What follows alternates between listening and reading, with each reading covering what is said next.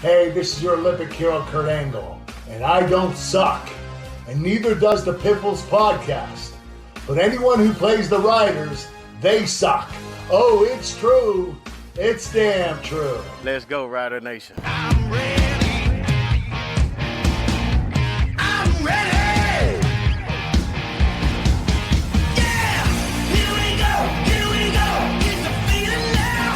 Get 'em high, get 'em low. 'Cause we're dealing now. Everybody's giving it all they got. 'Cause we're ready.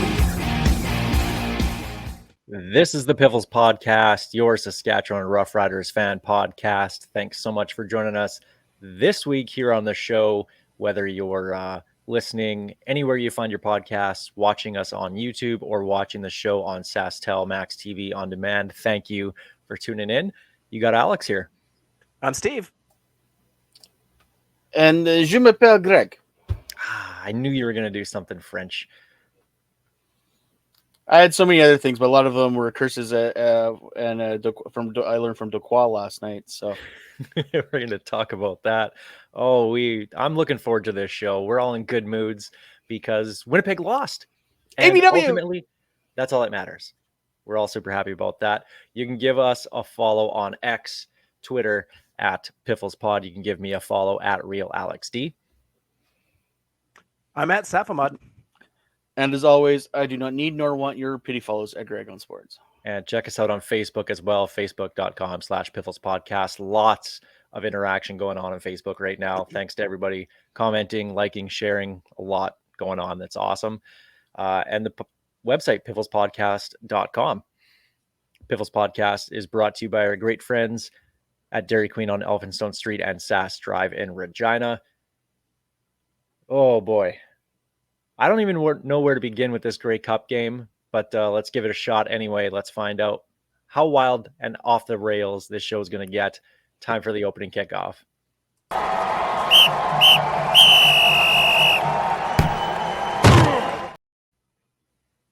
Okay, so Montreal wins the Grey Cup, ending the dynasty or dynasty, as I was calling it. Right? We're done with the dynasty talk about the Bombers, right? Like there's no dynasty. You know what? They're After not talking.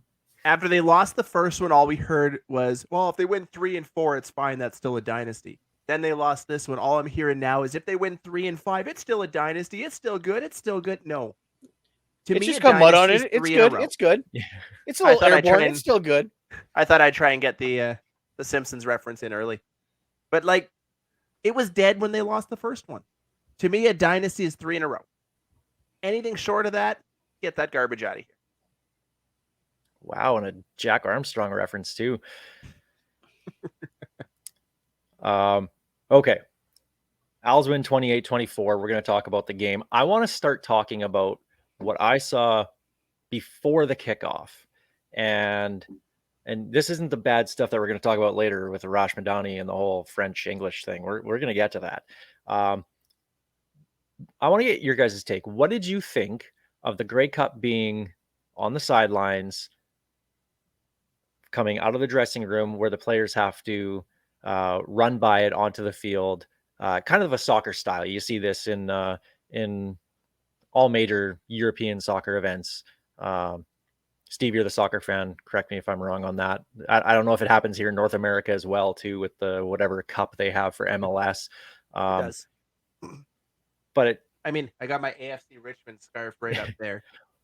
But the idea is you have to run by the championship onto the field so you know what you're playing for. You're running right by it, which, I mean, for one, I was kind of hoping that somebody was going to trip and fall and hit it just to show how stupid this thing is. But anyway, what's your guys' take on that entrance? Well, first of all, can we talk about, slightly off topic here, did the people that arranged this Grey Cup pre-game festivities also do the Ben Cahoon retirement ceremony? Because it took forever. That was a long pregame. It was ridiculous. And and kickoff is coming up. Next thing you know, they're driving the Grey Cup out and they're passing it off to people. Now we're introducing dignitaries, and I'm like, I do not recall a Grey Cup that has been this long of a pregame. Like that was just nuts. But yeah, I hate that. I honestly, I love not seeing the Grey Cup until you see the RCMP members marching it to the field in the fourth quarter. And Yeah. but the thing is, so they had the RCMP members march it to the fan base, which I'm glad they're finally getting their money's worth out of that thing. Like it was just, it was overproduced. It was just not what I wanted.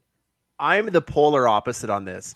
I want to see the Grey Cup at the beginning of the game when they're coming out, just like they do in soccer. You run past it.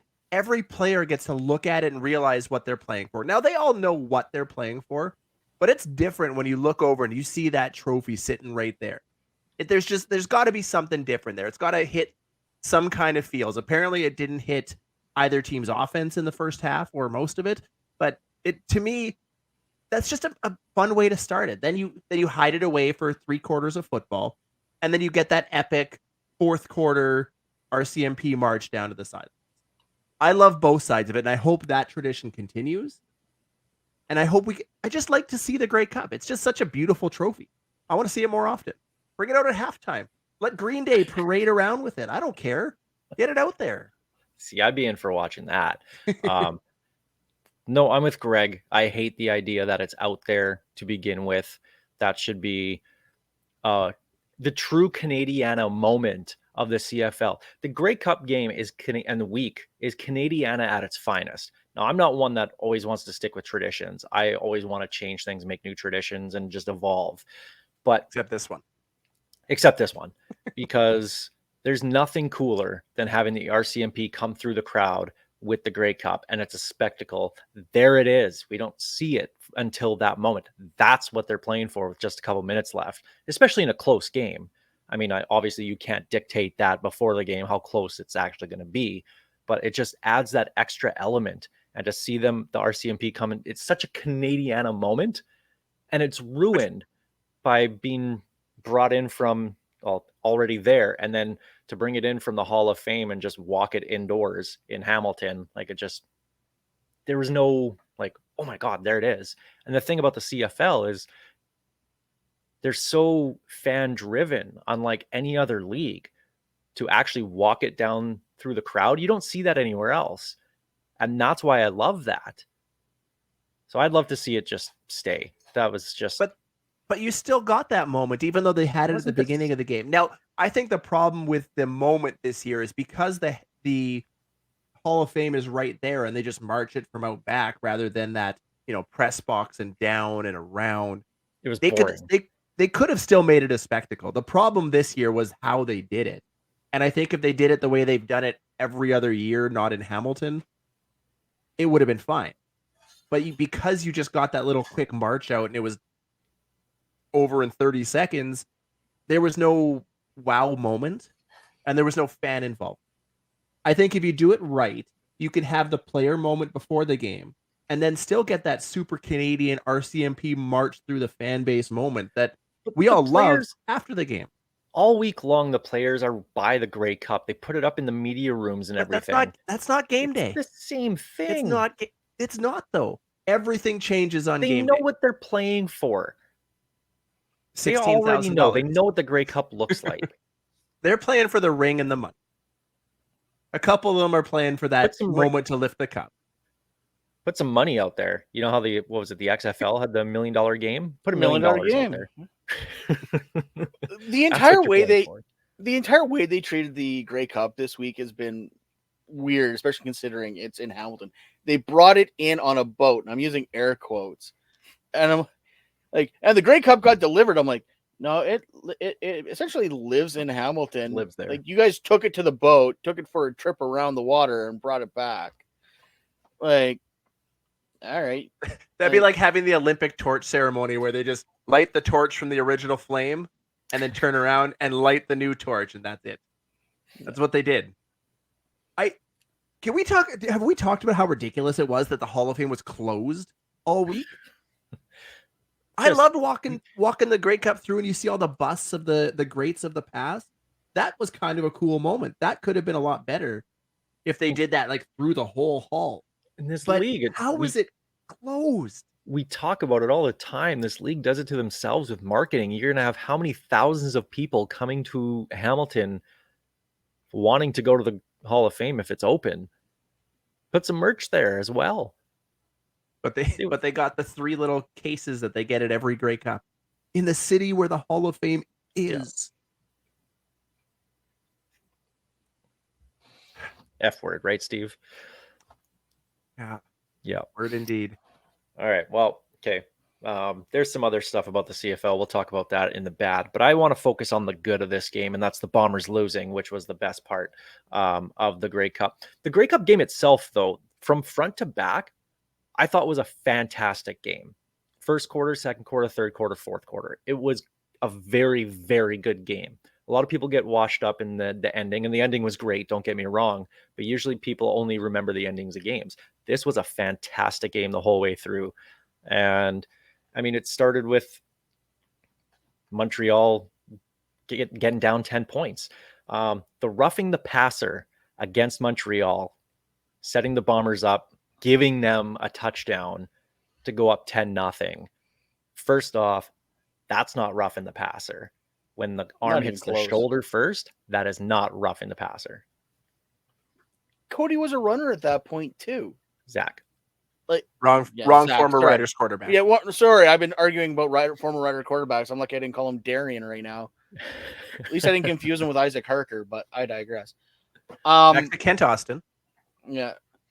But Zach, that was because he's Zach Calero's call. Plain and simple. The minute Zach felt something brush up against his head, he was tapping his skull, and out came the flag. Remember when they used to flag the receivers for doing the flagging motion for trying to get the coach to challenge? They should start doing that for quarterbacks, trying to claim they got hit in the head, because that was garbage. That flag should never have been thrown. The worst part about that was the ref that threw it did not even see that side of Zach Claros' head. Nope. So to me, that was the worst part. Like, I get it in full speed. We get the benefit of replay. The referees don't. But if you can't see the hit happen properly and what hits first, you should not be throwing a flag. That's just pure speculation, and refs can't ref on speculation. And it cost Montreal 4 points. Here's the funny thing, go ahead. How did the command center not call down on that? That's the whole purpose of them being there. We've seen it time and time again all year, where they'll just randomly pipe in and be like, actually, that wasn't a penalty. And then a game like that, yeah. Why do you want me to swear today? This is a family-friendly show, Alex. Can we not mention that turd's name? But that's the nicest thing you've ever said about Al Bradbury on this show. Pretty much. We have receipts. But that was the thing. Like, the command center, you can't ref on speculation there, but you go to that end of the half, whether or not the Owls were in the end zone or not, 95% of the time they call that a touchdown and let the command center try to figure it out, because no one can see the ball in a pile like that. That's the first time they didn't even talk about it. They're like, nope, they weren't in. I'm like, that's a lot closer than you guys think it is, I'm thinking, but I don't know. Just before we get to that play, because I have another beef with that play. So Bombers go up 10-0. I thought once that happened, I was like, this game's over if Montreal doesn't come back and score here. And sure enough, they came back with a touchdown. William Stanback had a nice run. And then I was like, okay, this is going to be something. It's not going to be a blowout. Good. They're going to find a way to keep it close. And then, of course, at the end of the first half, stuffed on 3rd and goal from the 1. Winnipeg was offside, helmet in the neutral zone. The NFL is cracking down big time on that kind of stuff right now, and how formations, offensive line are lining up, covering the tackles, all that kind of stuff. It's so blatantly obvious in the CFL where you have to give the 1 yard, and to see a helmet over the line very clearly, full helmet, should have been an automatic first down for Montreal. Instead, they get stuffed. which, I mean, don't get me wrong, Winnipeg wanted it more at that point. Mhm.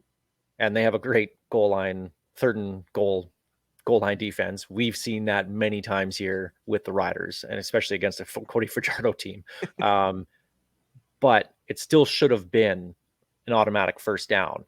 But I was really curious because Jim Barker at halftime said he would have kicked the field goal.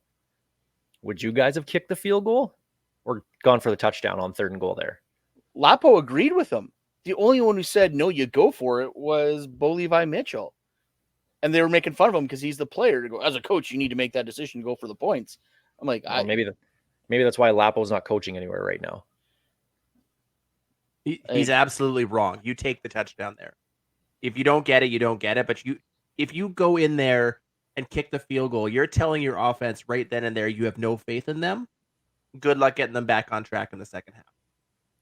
You're getting the ball back to start the second half.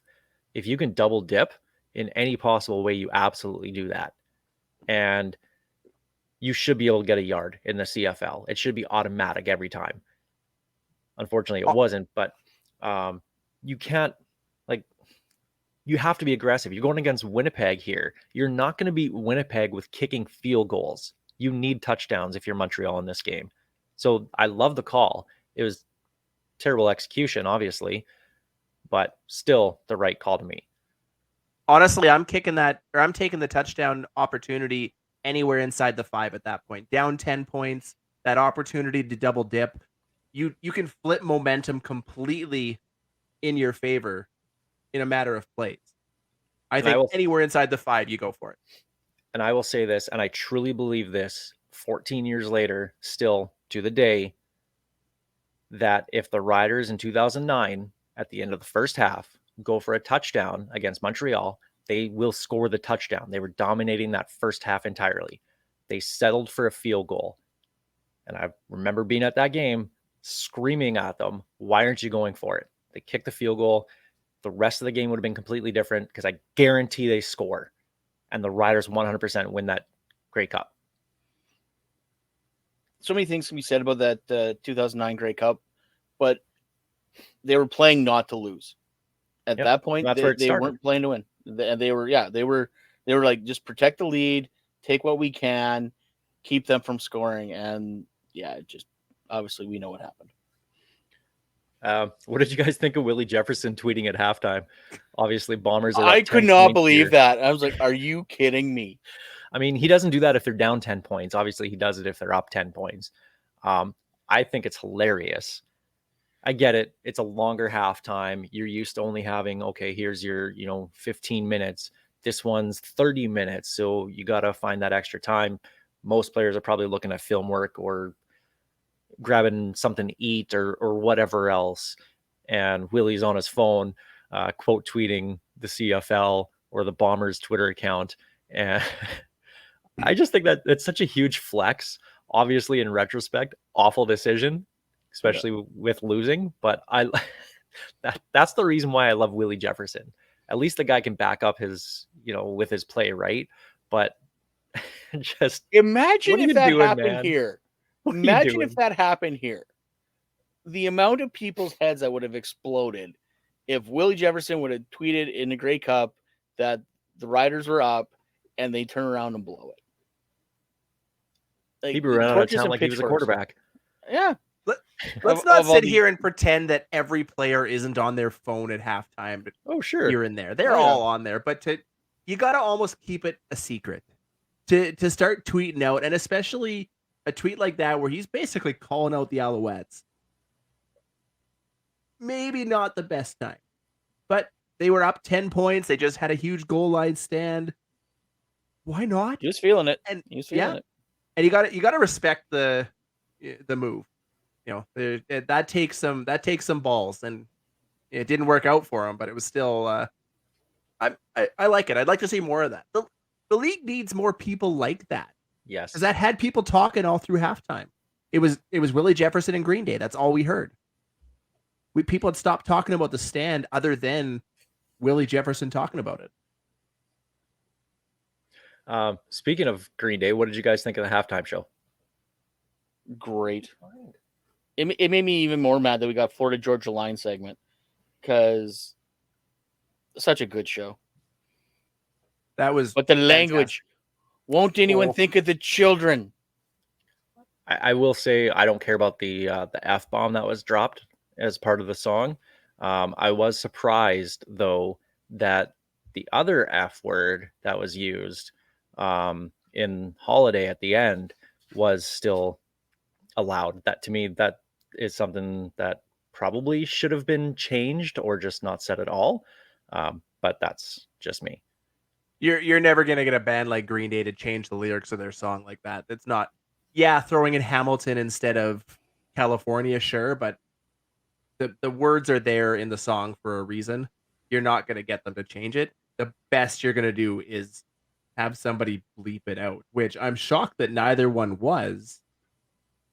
That seemed like we all knew it was coming. We all know the words.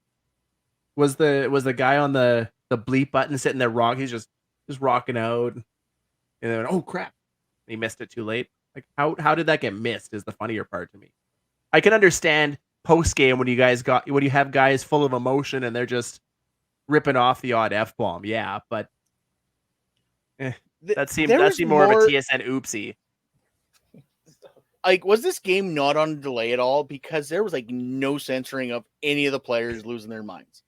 Like that was the most open cursing I've heard on any celebration of any sport that I can remember in a long time. Post game with Lemon.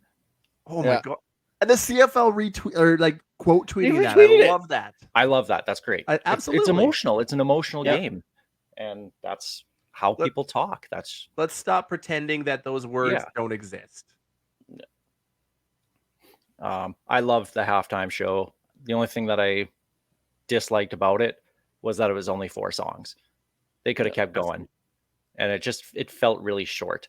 It did. But I say that as a Green Day fan who wanted to see more. You would have rather had the 4 songs as the game and the 4 quarters as the Green Day show? Yeah, pretty much, actually. Yeah. Give me a little bit mini football game at the Green Day concert. Absolutely. Honestly, that was one of the best halftime shows we've had in I don't know how long. They absolutely nailed it. And the presentation of it looked phenomenal. It sounded great. Like, it was just excellent. It was perfect. I loved it. So the game goes to the second half. Montreal gets the ball back. They score a touchdown on the first drive, which was just, they needed that more than anything. And what was brilliant about it was the touchdown pass itself. Cody to Speaker got the touchdown. Attacking Adam Bighill, the injured linebacker, working, covering a slot receiver. If I see that matchup, man, I'm attacking that every single time, especially when Bighill was as injured as he was and re-aggravated his injury during the game too. I'm taking that every single time. And to me, that was just brilliant game planning and a brilliant decision by Cody Fajardo. There was one, and I'll bring this up again later when we talk about the last drive, but there was one very clear underlying tone with basically every single one of Fajardo's long bombs. He underthrew everybody. His receivers bailed him out. We're all happy for Fajardo. He played the game of his life, but the pass to Austin Mack right before it that should have been flagged was underthrown. The touchdown pass was underthrown. The pass to that 3rd and 5 pass, if he throws that on the money, who was it that caught it? Was it Speaker that caught that too? Speaker got that one too. He was walking into the end zone. There was a lot of talk about how great of a game Fajardo played. I think a lot of the props belong with his receiving core. That's not to knock the guy. He played his absolute heart out and he earned that trophy. But Austin Mack, Speaker, all of them deserve a ton of props because they bailed his butt out. Well, the fourth quarter happens. It goes back and forth. Montreal takes the lead, gives it away. Winnipeg comes back, take the lead. But that final drive, I remember looking at the clock and I said to myself, I'm like, okay, Cody, this is your chance to shut everybody up. And he did. We've all said it. We don't really think that he has what it takes to do that.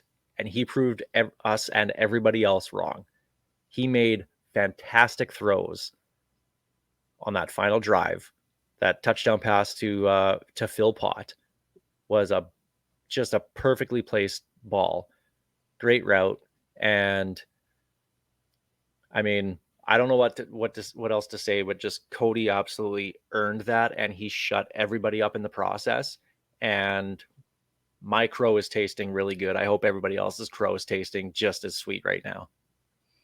I'm glad that Philpott made that cut in front of the goalpost and not behind it. Because that could have been a Can you imagine PTSD Cody moment. hits the crossbar again against Winnipeg? Oh man. But yeah, like great play call. Moss called a great game. Like that 3rd and 5, that was underthrown, but the speaker got like the Spaldings to make that call. That was just crazy. And I'm like, why is he throwing? Like, I even screamed at the TV. I'm like, why is he throwing it deep? You need 5. I'm like, oh, okay, we're good. Like The absolute stones to make that play call. And if you watch Fajardo, he stared speaker down that entire. Like he was going there. There was no other outlet. There was no 5-yard play. He was making that throw. Not the best throw. Speaker, did his job and caught it. But the cojones to make that call and pull it off, brilliant. I want to see more of that. I want to see teams take chances. You're never going to win a Grey Cup, trying to dump it off on 3rd and 5. And did we mention the play before?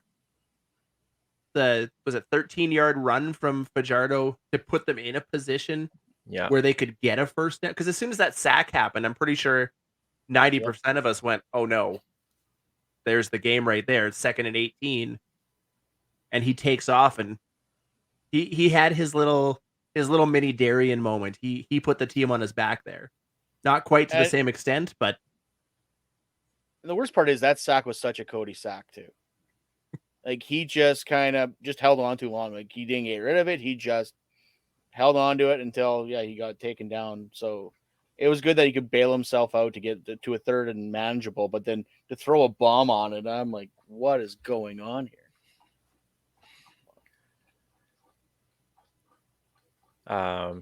So the game ends.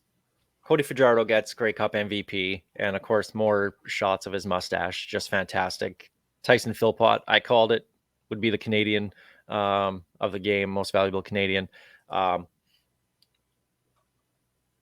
loved all the post-game interviews, the raw emotion. We're gonna mention 2 things out of those. I know, Greg, you wanna talk about Marc-Antoine Dequois' post-game rant that he had.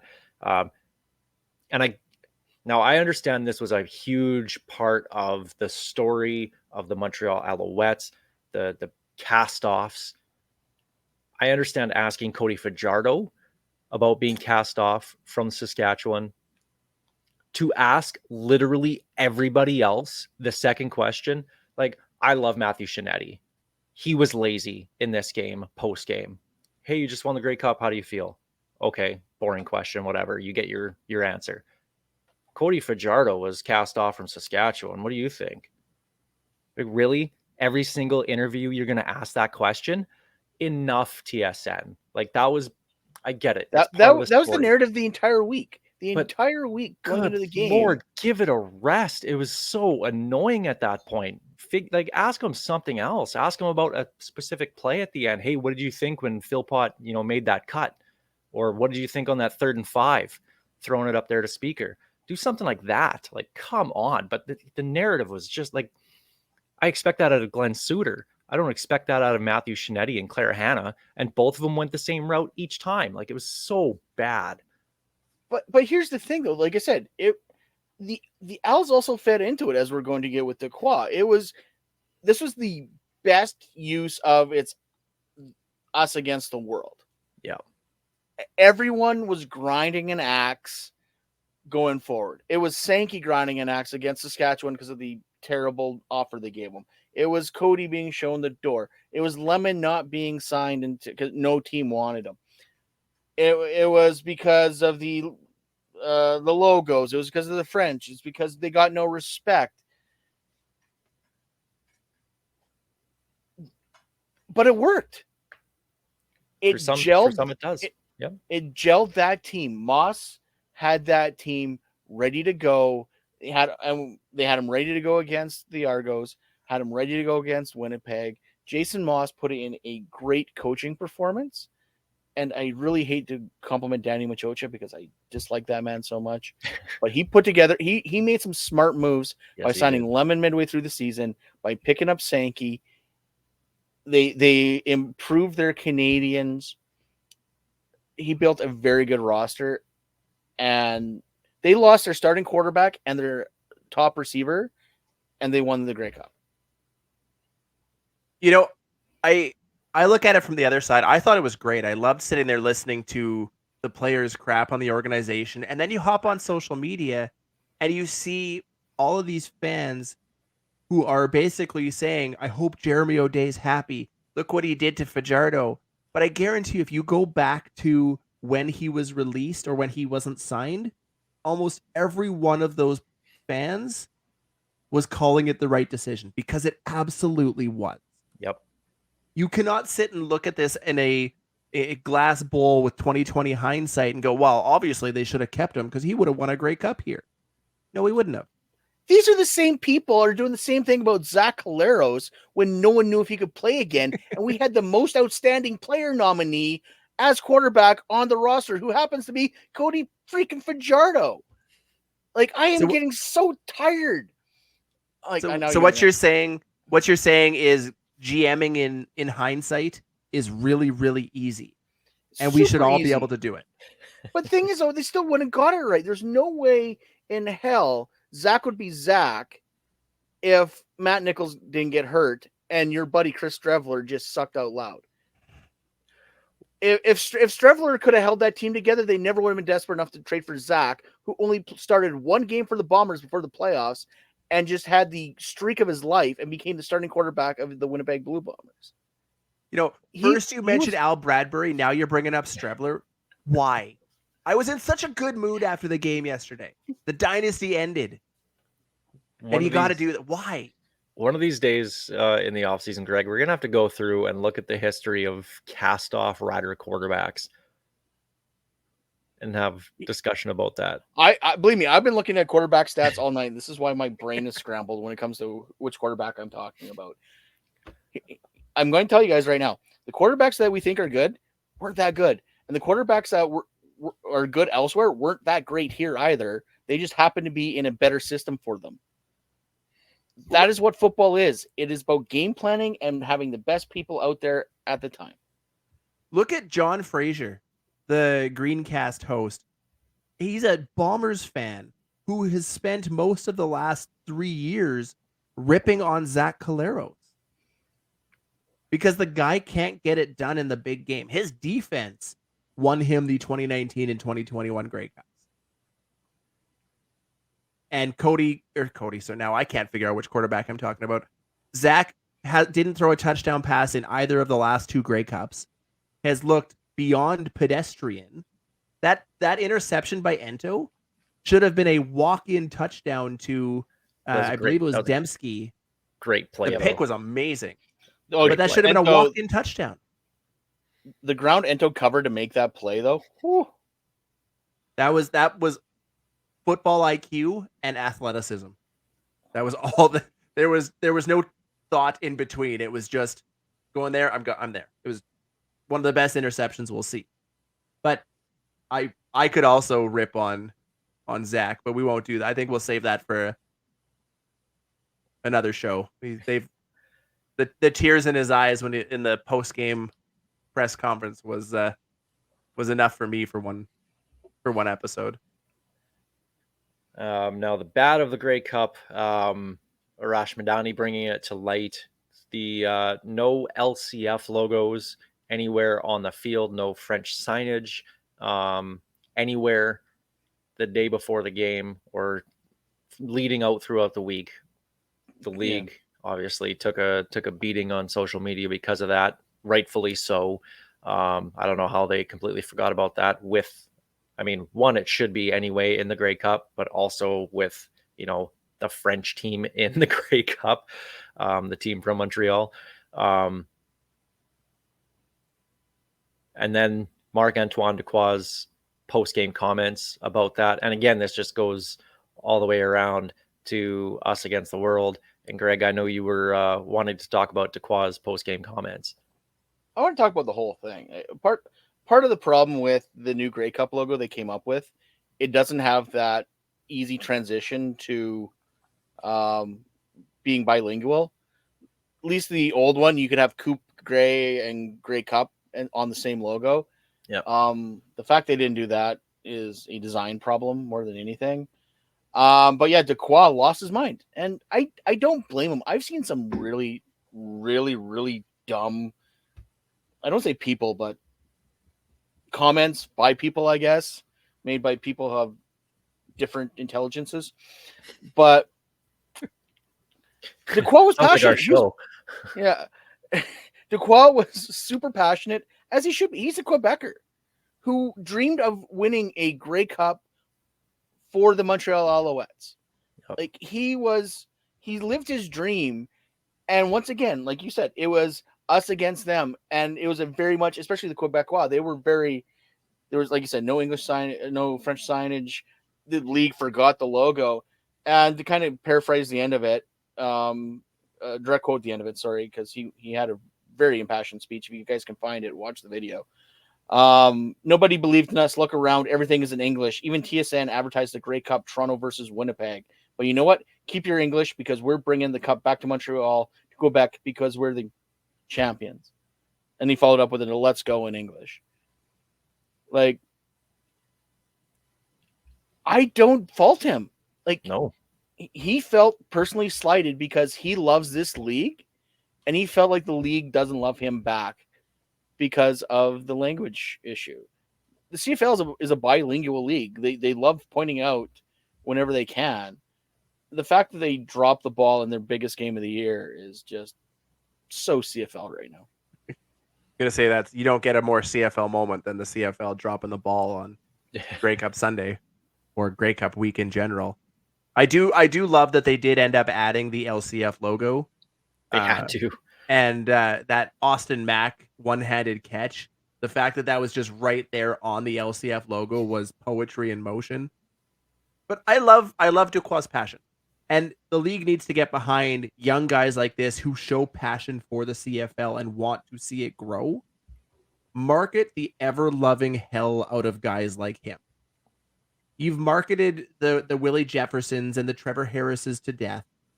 You got to start building marketing around these young guys. And especially in a city like Montreal, you get that Quebec fan base back. That's not a bad thing. You get that French market. That's basically an untapped market in recent years for the CFL. They don't seem to do much out there. I'd love to see it. And the passion from him, if that doesn't speak to the marketing department in the CFL, I don't know what will. And here's the weird thing is, though, they finally have a Quebecois owner in Montreal. Yeah. Pierre-Carl Pelado. Like, he's kind of known to really want them to speak French. Like, that's his thing. And the fact that the league is just like, zut alors, we forgot. And just like, I love this league, but wow, they make it hard. I loved hearing all the stories out of the Alouettes, how Jason Moss had the players learning French right in camp and was like made sure that was an important part of that team's culture.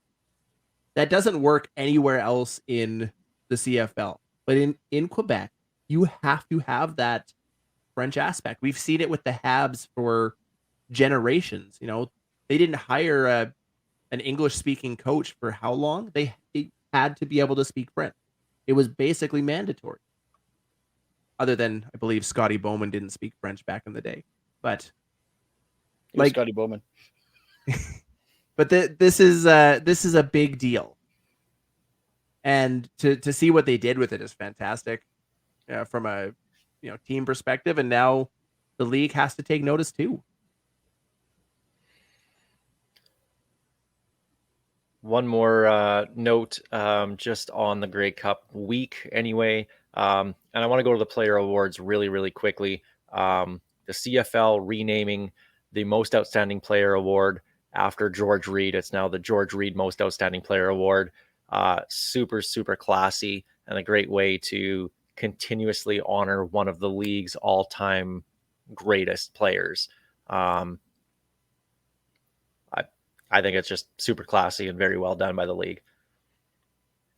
Like I told you guys in the DMs, the only way this could be better, especially considering George's ties to the CFLPA, is if it was a player voted on and nominated an award. But yeah, to honor a man as classy as George Reed, that's an awesome way to do it.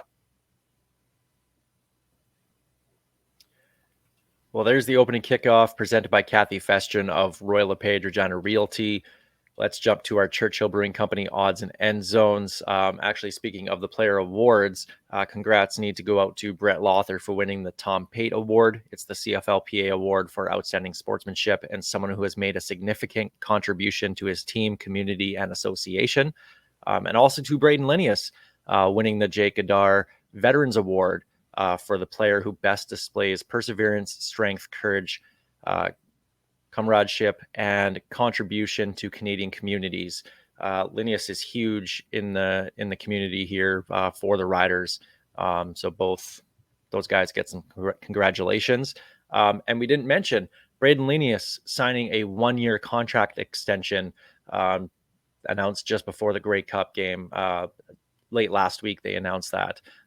Which to me, and we're going to look at some of the free agents here coming up. To me, he was a must sign. Do you guys agree with that? Nope, we've been over this.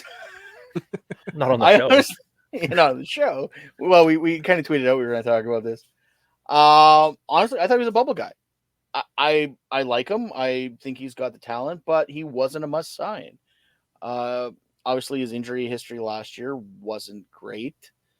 But we also have some decent Canadian receivers already. I think he isn't as much of a must sign as he would have been even last offseason or season prior. The coming out party of MLS, you got KSB, you got Picton, and we got some other guys coming through the system. I don't think he was that much of a must sign. I'm going to agree with Alex on this one. I think he was, if not a must sign, he was pretty darn close to it. I mean, he's got the measurables and the athleticism that he got that look down south. If they can build on that and continue to build on that, and more importantly, if he can stay healthy, because we saw what happened this year. He missed the entire season. He played touchdown Atlantic and then got hurt. Yeah, that's a scary moment for him. By no means am I saying I wanted him off the team. I'm not running him out with Cody Fajardo, but I'm just saying I didn't think he was a must sign. I'm glad he signed. I think he's going to put a lot of effort into making it back to this team and washing 2022 out of his mouth. But I didn't think he was a must sign. That said, that's back-to-back years we won the Jake Goddard Award. And it's honestly okay that you're wrong, Greg. Yeah. Here's why I think it was a must sign. If you're going to continue to run 2 starting Canadians in the receiving group, obviously KSB and Sam MLS are the starters. You need some depth there. Right now, Mitch Picton's the only guy behind them because Juwan Breskison, potential free agent, he's not coming back. I really like Juwan Breskison, but they didn't use him at all last year. He was a special teams guy, and you might as well just have a young guy come in and do that at that point. So you're probably letting Breskison go. Anyone else, like Isaiah Woodley? Oh, Steve gave up on us. I guess so. Isaiah Woodley, free agent now, no longer part of the territorial exemption thing with the Regina Thunder, which you brought up to me, Greg. that's done for him. So, Yeah, he's graduated out. So he actually is a he's full American free now. agent now. Yeah. But also, I'm curious if you're going to go forward. Maybe you want to have 3 Canadian starters at receiver. Now, if you want to do that, obviously we need to get more signed or drafted or whatever. Anyway, but it gives you some flexibility. Assuming that the team's going to go with 3 offensive linemen, I'm curious what they do with Micah Tights next year. Is he going to be a starter after this past season? I don't think he should be. So you're going to need to find another Canadian starter somewhere. But they drafted all these receivers in the first couple rounds over the last few years for a reason. And yeah, they picked Linnaeus over McInnes, which again, hindsight, bad idea. They probably should have kept McInnes, but you can't give up on the guy. We find with Canadians that sometimes they need a little bit of time to develop in the CFL. Again, the injury history does worry me, but you're not asking him to be a 6, 7, 800 yard guy. If he can come in and play like a Mitch Picton type role, if you have a couple of those guys, that's perfectly fine. But you need to have those guys. And I'd like to see the team go and spend their their high draft picks now on offensive linemen, not on receivers. So if you can keep those receivers that you already have, then you can finally attack the O-line, which is what this team so desperately needs. So to me, and I'm assuming it's a very team-friendly contract. It has to be with his injury history. That's why I think he was a must-sign. Like I said, I don't hate the signing. I didn't think he was a must, but I guess we'll find out. Now, speaking of receivers, we're spending a little bit of time in the offseason here now that the Riders offseason, looking at potential free agents, and the receivers were next up on our list. So looking at who's a free agent, you guys tell me yes or no. Do you want them back? Should they be back? Whatever. Just give me a quick note on each of these guys coming up that are potential free agents for the Riders. Mario Alford. Yes. Yes. I see. I'm indifferent on him now. I wish that they would have used him a little bit on offense, and as electric as he can be on special teams, he had 2 of his 3 against Calgary in one game. And it's just he didn't really do much the rest of the year. I think if you can get him in for cheap, you still do, but I wouldn't make him a priority by any means. My priority goes to the next guy, Sean Bain Jr. I think we can all probably agree on that one, right? Absolutely. Jawan Breskison. I mentioned that I'd probably walk away from him. I don't see him signing back here. I'd love to have him back on that, like, basically min salary, but you're not going to get him to come back. You're not the way we used him this year. Great guy off the field, but I feel like his career might be done at this point. We just mentioned him, Isaiah Woodley. I'd like to see him be brought back if you can even just practice squad. I think he could, like I said, he's got the speed. He could be an option for returner at some point. I'm neither here nor there on him. I don't know enough about him really to give the thumbs up or thumbs down. So I'll side with the guy who knows the Thunder pretty well. Give him my thumbs up. And finally, Tevin Jones. I've been banging the Tevin Jones drums for 2 seasons now. I like the guy. So I don't know what happened at the end of the season. I don't know if this is a Cody Dickey situation, except it's Tevin and Dickey. But it's also concerning when Dickey's saying he's not learning the playbook, and it's 2 years in. So that's the part that worries me when Dickinson was saying that he got benched as the team's 1A, 1B receiver. Him and Sean Bain Jr. leading the team in receiving with 800 plus yards at the time. And all of a sudden you bench him because he hasn't learned the playbook. Something's not adding up there to me. No. And I don't know. because I like Tevin Jones. I think he could be a fine 2 or 3 receiver on this team. But that playbook sure didn't look like there was much to learn about it in 2023.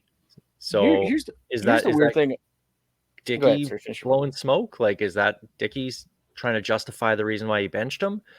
I have no idea. I wish I knew more about that situation. But I have that worry that, geez, if this guy couldn't figure out the playbook, why would you want him back? Well, here's the problem though, that I don't understand either though. So Tevin Jones can't learn the playbook. What was your excuse for making Winicky a healthy scratch for the entire season? And he's still technically being paid by the team. Like, he's still on the roster. He still has a contract. So if we're going to let Tevin Jones walk, why are we keeping Winicky around? Honestly, Tevin Jones is a no for me. And it's exactly what you said. If he's having issues with that playbook and he couldn't crack the roster at the end of the year, got benched in this offense when he was putting up the numbers he was, that scares me to no end. And I think we could use that money basically anywhere else on the roster. And use it on the next group, offensive line. This will finish our offensive look. Lots of free agents on the O-line. Everybody. Let them go or bring them back. No, it's everybody but Godbert, it looks yeah, like. pretty much.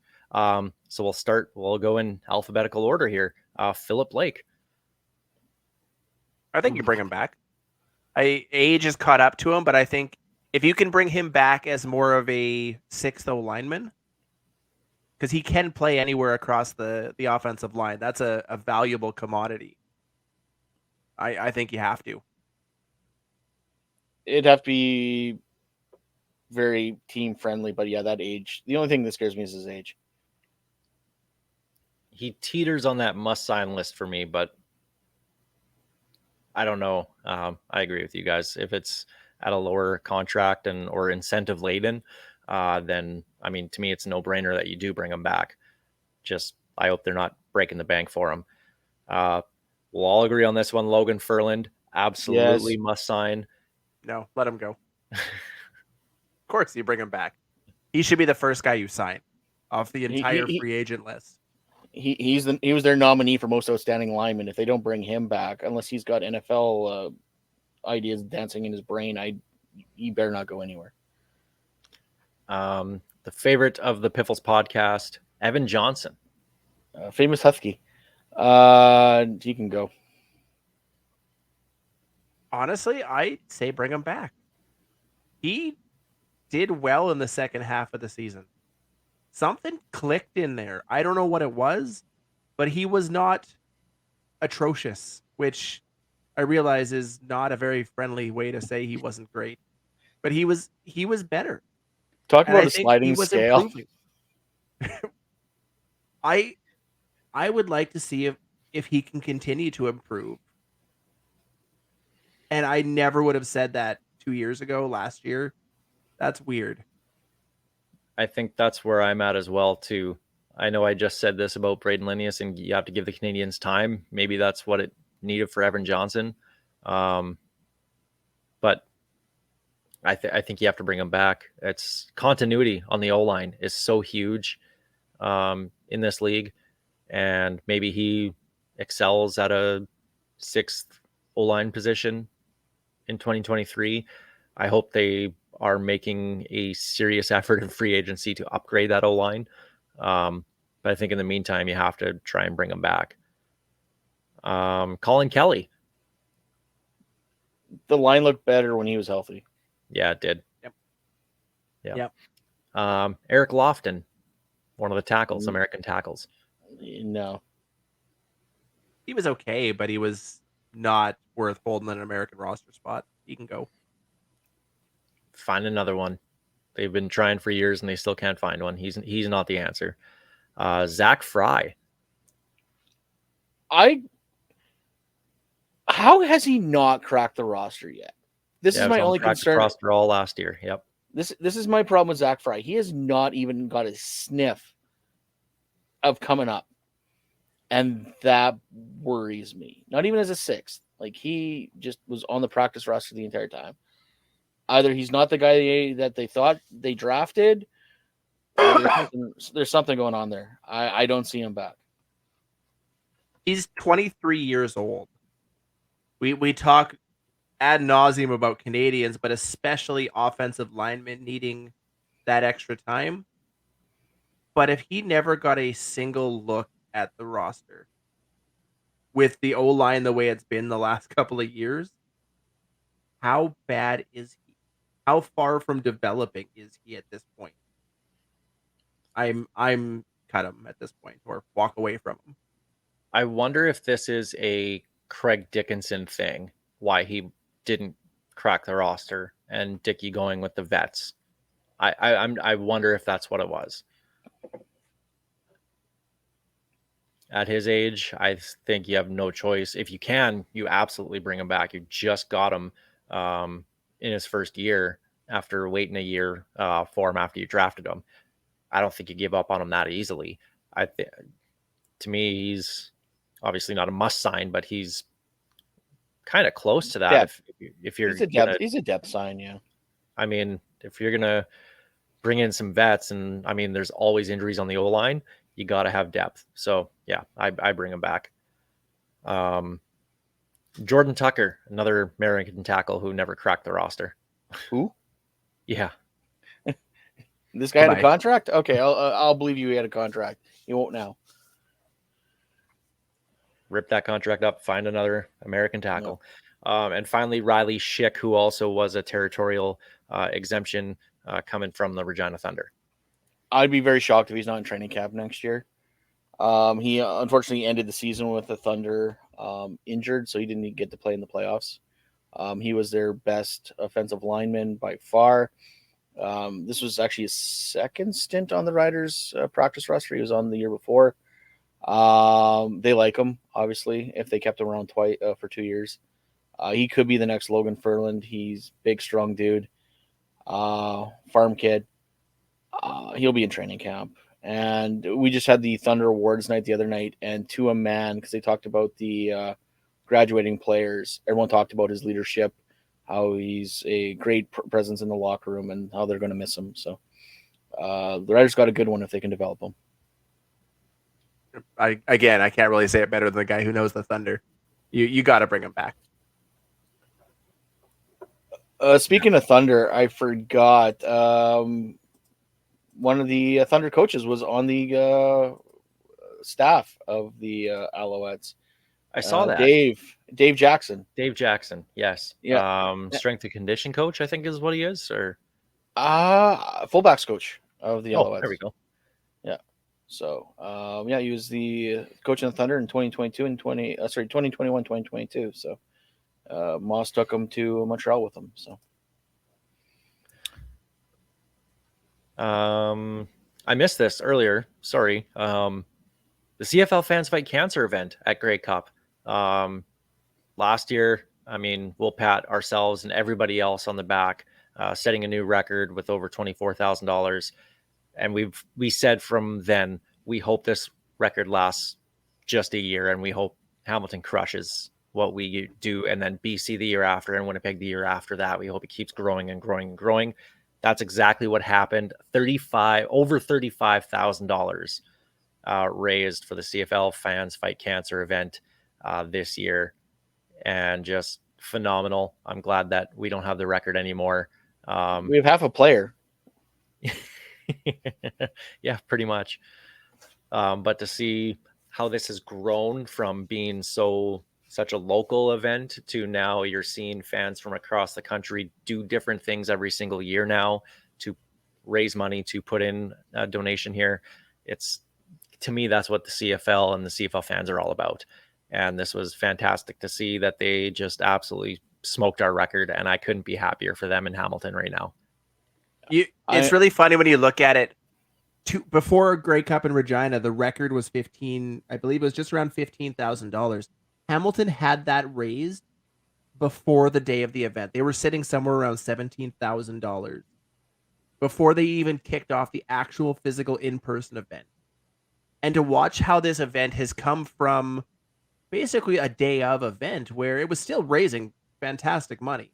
You know, $10,000-$15,000 is nothing to sniff at in a room full of CFL fans that put this together. But to see it turn into $60,000 over 2 years, all for great causes. I can't remember the name of the center in Hamilton, but they've been the recipient the last couple times there.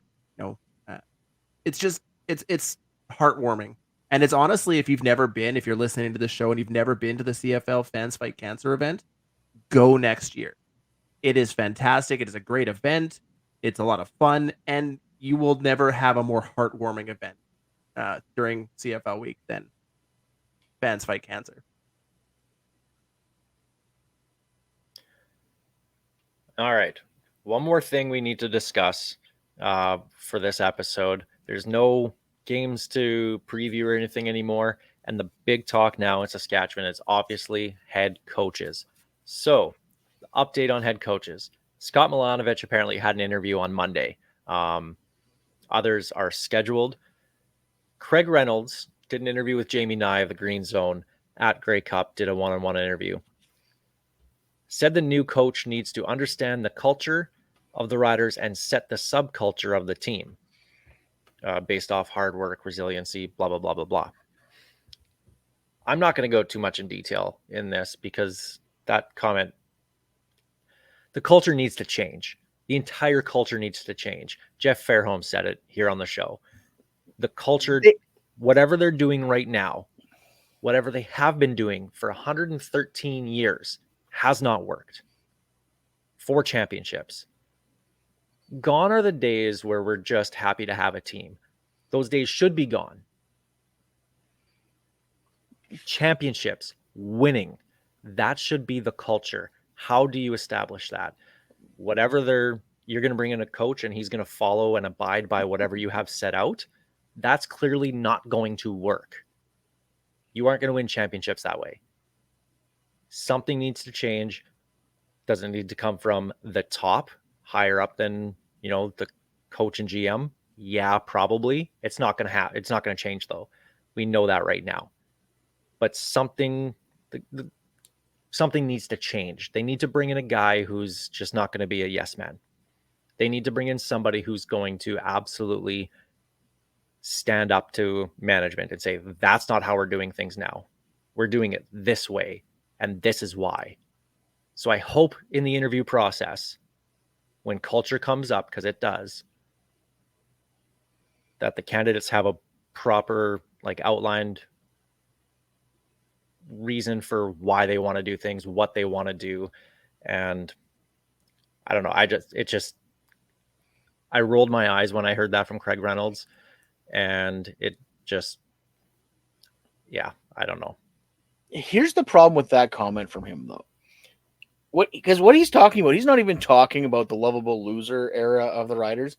He's talking about when the Riders were the most financially, the financial juggernaut of this league, where they were winning games, they're selling tickets, hand over fist. They had a waiting list.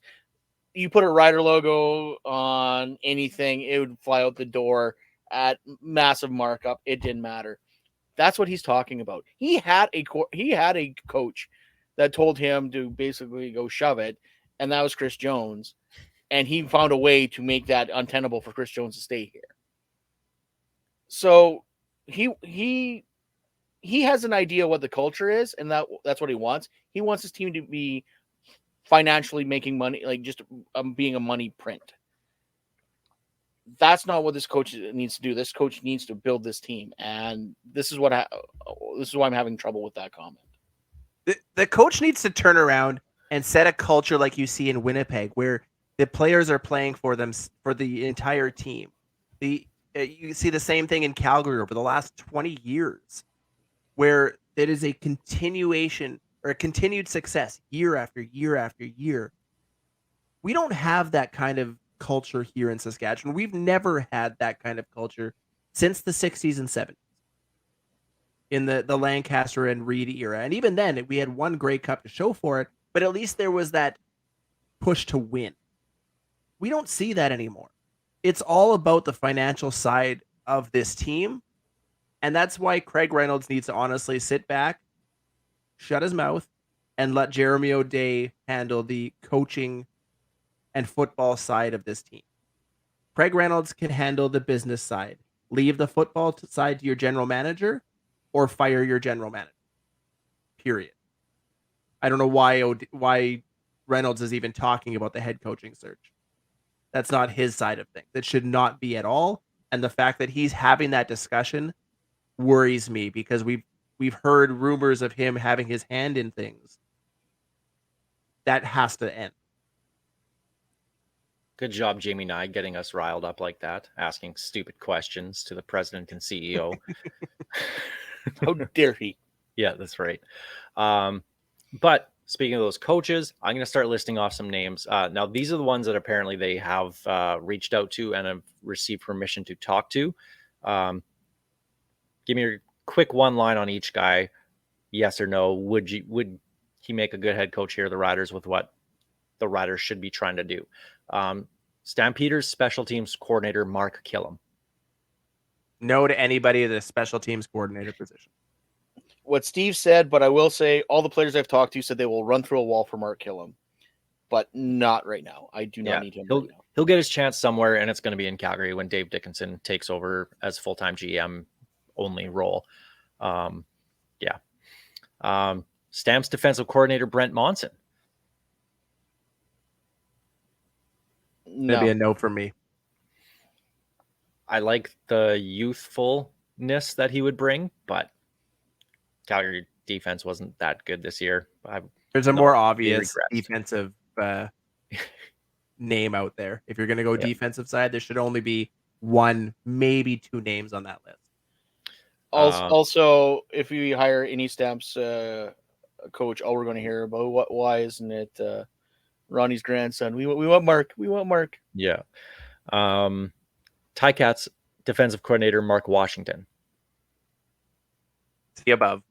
Nope. I like him, but no. Yeah, he doesn't do anything for me. The leadoff hitter, front runner, the guy that we know is going to get the job, as confirmed to us by Danielle last week on the show. Ticats offensive coordinator Scott Milanovic. Yeah, it's him. It's going to be him. Yeah, I'll be the only way it's not. The only way it's not him is if they want to go with one of those younger guys that we're going to bring up in the next few minutes. Probably the next name. The next name. But if it's not him, we'll all be surprised at this point. Yeah. Lions offensive coordinator, one of those names, Jordan Maksimic. If it's not Milanovic, it's Maksimic. Honestly, he's one of three names that even remotely interests me or excites me at this point. I would love to see him. He's done great work in BC, and he's going to get a shot. Had Michael Riley put up league-leading numbers, did wonders with Nathan Rourke, turned Vernon Adams Jr. into an elite quarterback this year.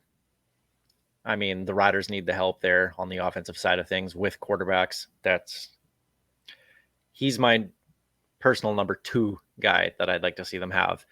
Now, those are the guys that are apparently confirmed to have been, or the Riders have been allowed to talk to.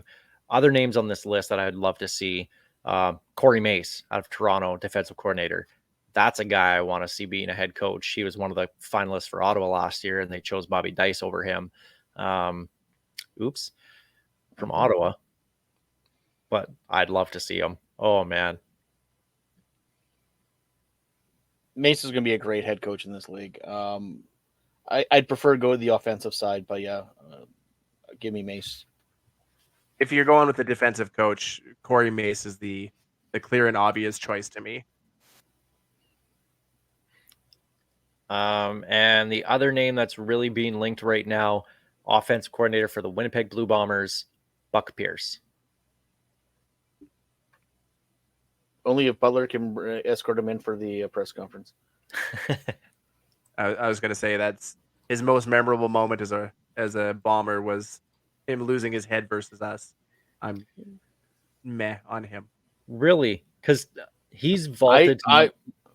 Yeah, I He's think he's number going one to on be my head list. coach. He's number what? Number one on my list now. He passed Mace. He passed Jordan Maximic. And I think, I think he could help bring Drew Brown over here, who I like better than Jake Dolagala. Not by much, but still. But the more I think about it, the more that Buck Pierce owes us this. He doesn't get his start in the CFL without injuries. And I think it was, who was it, Lightning Lule? us up. Or Yep. who? God, I don't know how many BC quarterbacks got a start because of the Spurgeon Riders. win. Don't mention Spurgeon Wynn's name on this show. That is worse than the F word, man. That's bad. You do not say that.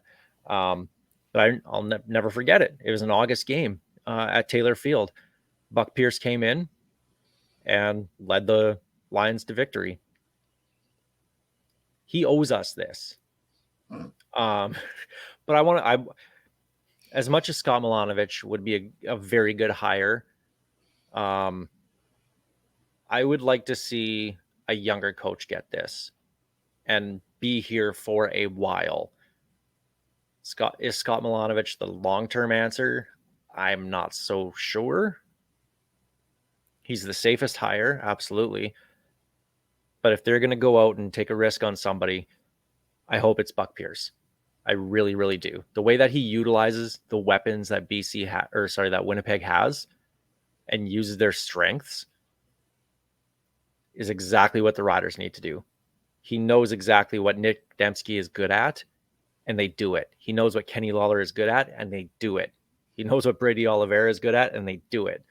Helps having an offensive line, obviously, but And he's hid Zach Caleros for the last couple seasons. yeah. But I love the fact that you talk about Scott Milanovic like he's so old, and he's 3 years younger than Mike O'Shea, which I didn't believe that was the case. I had to literally look it up. He's actually 3 years. He's 50 years old. He could be the Yeah, he's guy not for an a old guy long by any period of means. time. I He's got 10, 15 years. I just think with the way that players are now, the way that society is now, you need somebody that's going to lead them to have been one of them recently. It just connects with them more and more. That's why I love Corey Mace. He played with half the guys that he coached over in Calgary when he was there.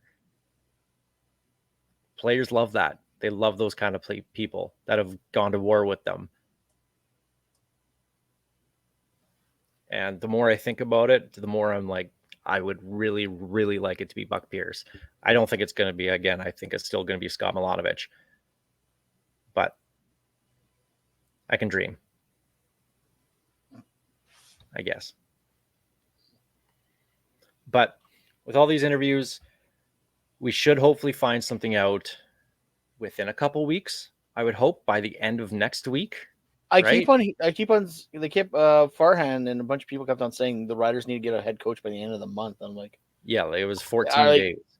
Yeah, like, okay, is that a hard deadline, or is that just what they think they need to do to get the process moving? I don't know. I think you got to get that gives them the time to spend the last month of the year dealing with the free agent list and going over who they want, who they don't want, getting those contracts out. And I agree. That's why you want to do it, but they made it sound like the Riders have a hard deadline of 2 weeks. I'm like, oh, okay. No hard deadline, but the sooner you can do it is absolutely the better. They're lucky. They're the only ones right now with an open head coaching position, so they don't have to, race to get the guy that the other guy might get. That is the one advantage they have, right? Yeah, there'd be a few on the outs looking in if there wasn't for that. They got to take their time, but they can't take a ton of it. But if it takes a few weeks, good. Get the right guy. Don't rush it. Yeah, they'll do their due diligence, work the process the way that it goes. Because if somebody absolutely wows you and says, I will bring this guy and this guy and this guy as my coordinators and coaches, and that just goes, wow, that's way better than what I thought, then maybe that's, something that you consider. But the sooner you can get this done, the better, so you can start moving on to 2024. And question number one in the interview process should be, if we actually offer you this job, will you take it?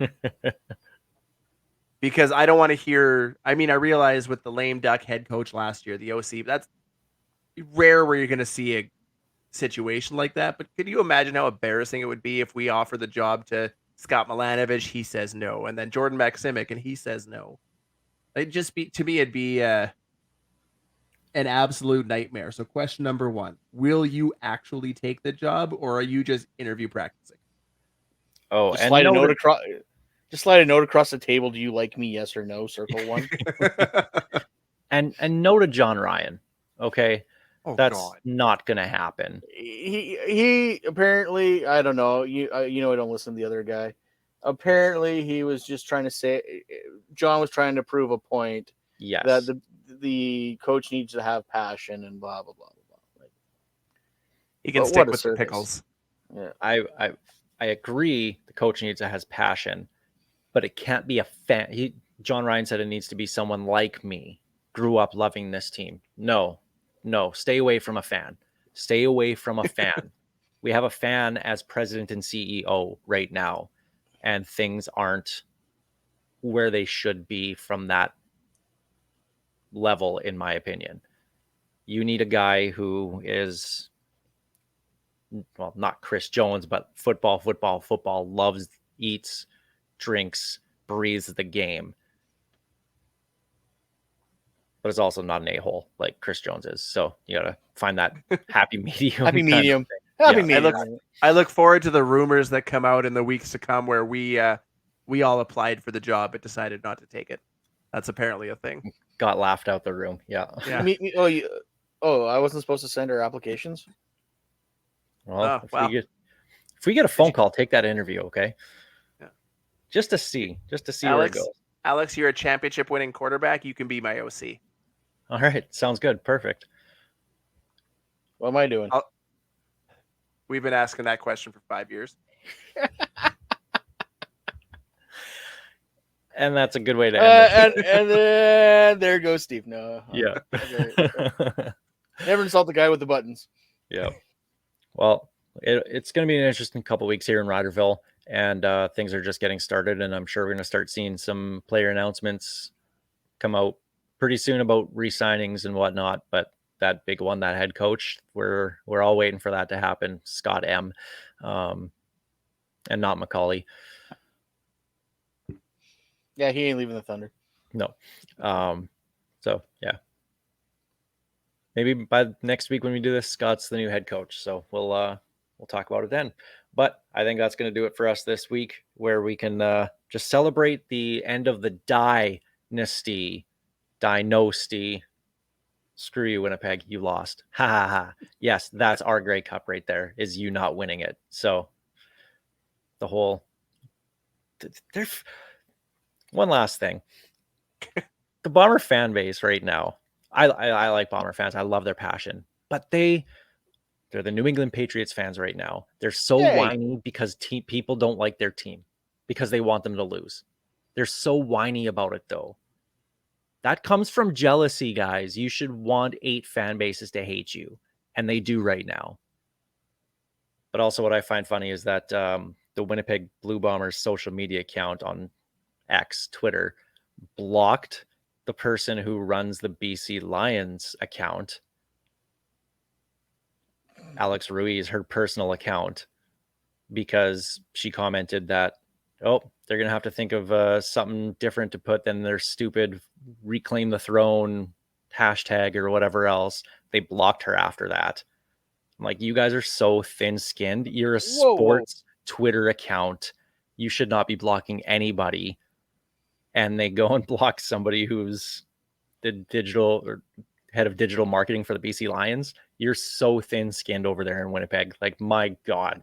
As someone who has been blocked by the Winnipeg Blue Bombers media account, I know her pain. I get it. They are so petty. They have the heartbreakers backing them up. It's just. Yeah. I loved when they unblocked you because you donated money, and then No. again.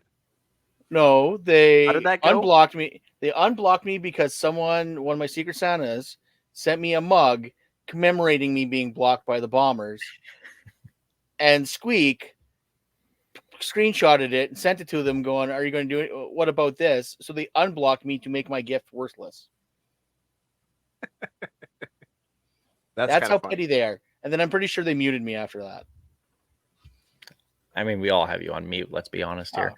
Yeah, face it. I get it.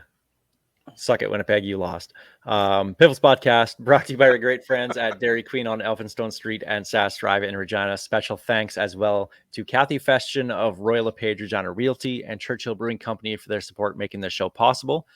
Thanks for listening, watching on YouTube or SaskTel Max TV on demand. We appreciate it. And also thank you again to Cody Fajardo and Jason Moss for beating the Winnipeg Blue Bombers. And most importantly, the Blue Bombers for losing the Grey Cup. Thank you very, very much. This is Ghost Behind Your Mind by Tyler Gilbert. The